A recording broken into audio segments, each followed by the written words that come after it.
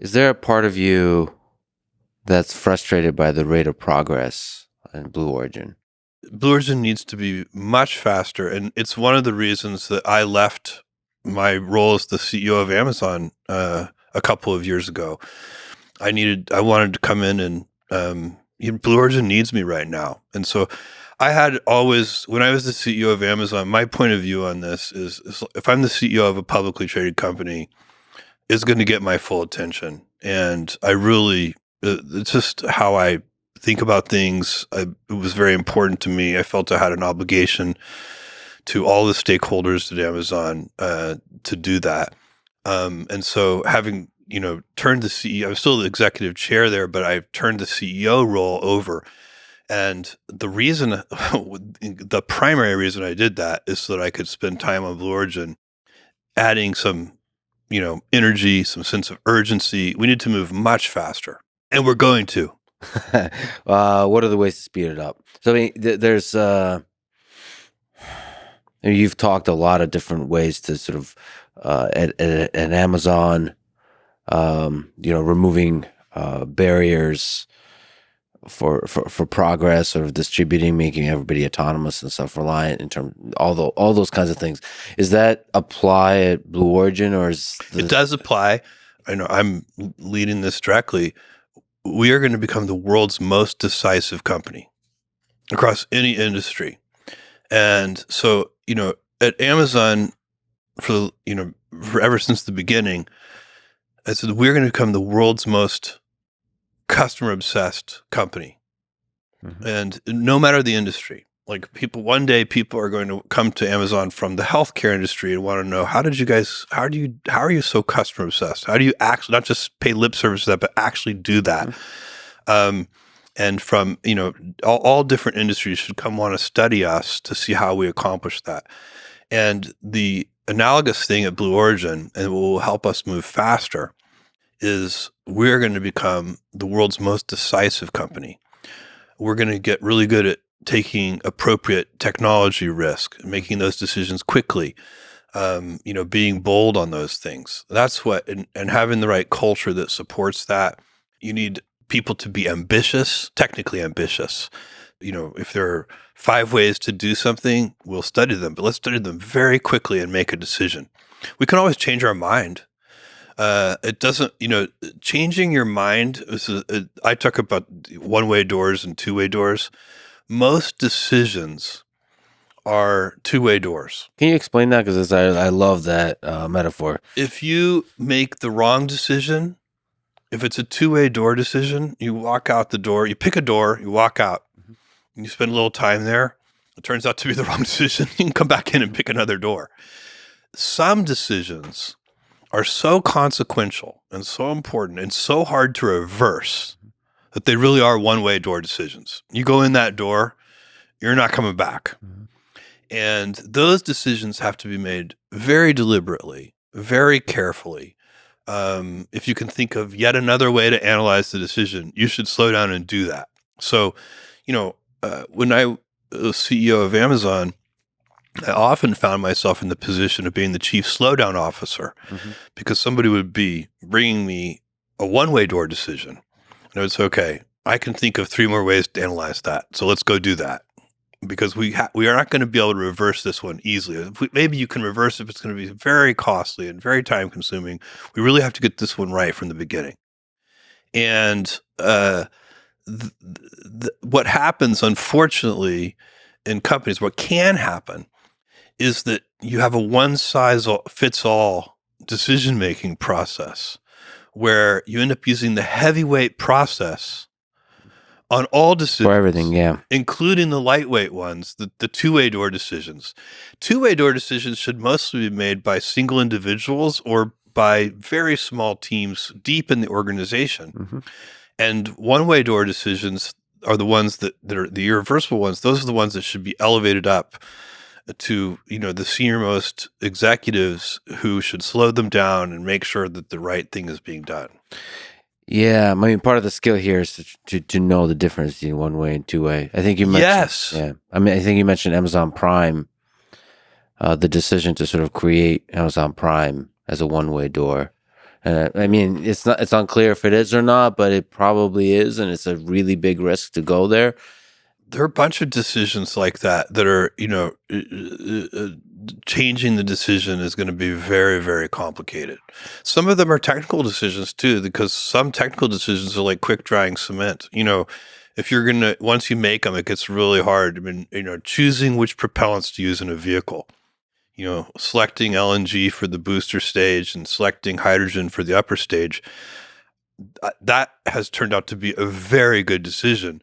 But if you changed your mind, that would be a very big setback. Mm-hmm. Do you see what I'm saying? Yeah. So that's the kind of decision you scrutinize very, very carefully.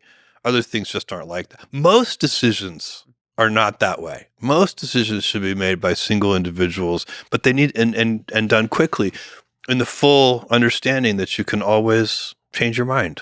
Yeah, one of the things I really liked, perhaps it's not a two-way door decisions, is I disagree and commit phrase. So so somebody brings up an idea to you, if it's a two-way door, you state that you don't understand enough to agree, but you still back them.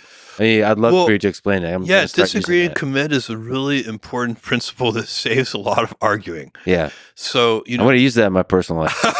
I disagree, but commit. Like, it's very common in any endeavor in life, in business, and anybody where you have teammates. You have a teammate and the two of you disagree. Yeah. At some point you have to make a decision. And, in companies, we tend to organize hierarchically. So there's this, whoever's the more senior person ultimately gets to make the decision. So ultimately the CEO gets to make that decision. And the CEO may not always make the decision that they agree with. So I would be the one who would disagree and commit. One of my direct reports would very much want to do something in a particular way.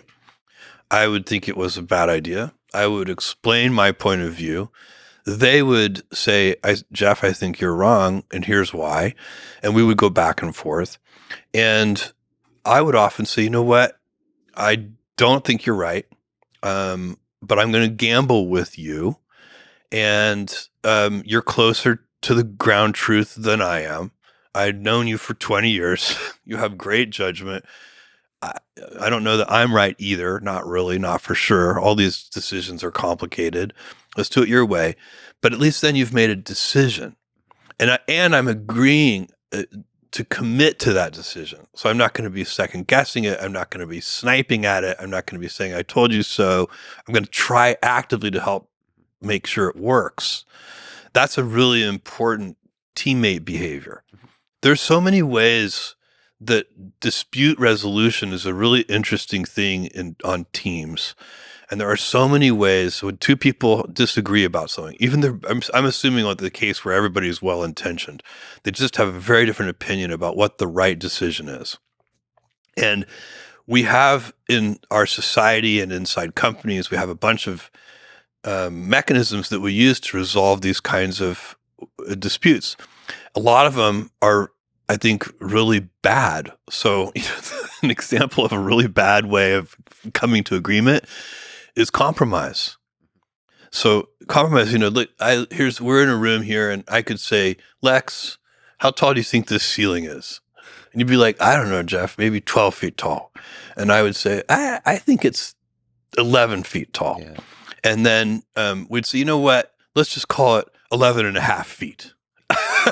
That's compromise. Yeah. Instead of the right thing to do is, to get a tape measure or figure out some way of actually measuring, but getting that tape measure and figure out how to get it to the top of the ceiling and all these things, that requires energy.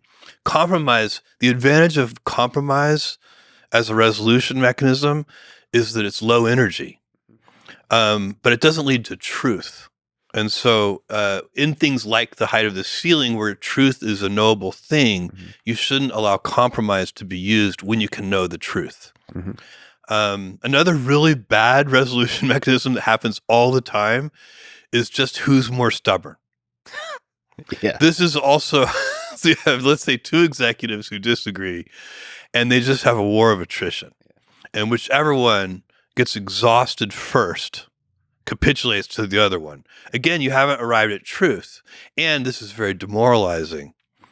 So, this is where escalation, I try to ask people who, on my team, I say, never get to a point where you are resolving something by, who gets exhausted first.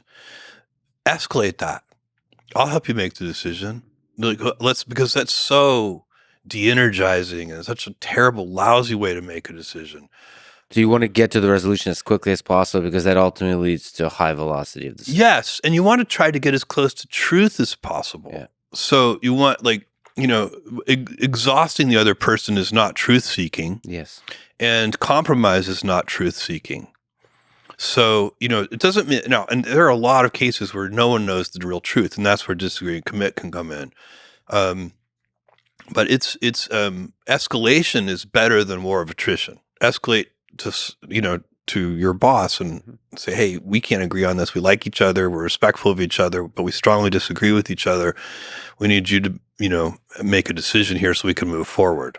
But decisiveness, moving forward quickly on decisions, as quickly as you responsibly can, is how you increase velocity. Most of what slows things down is taking too long to make decisions at all skill levels. So it has to be part of the culture to get high velocity.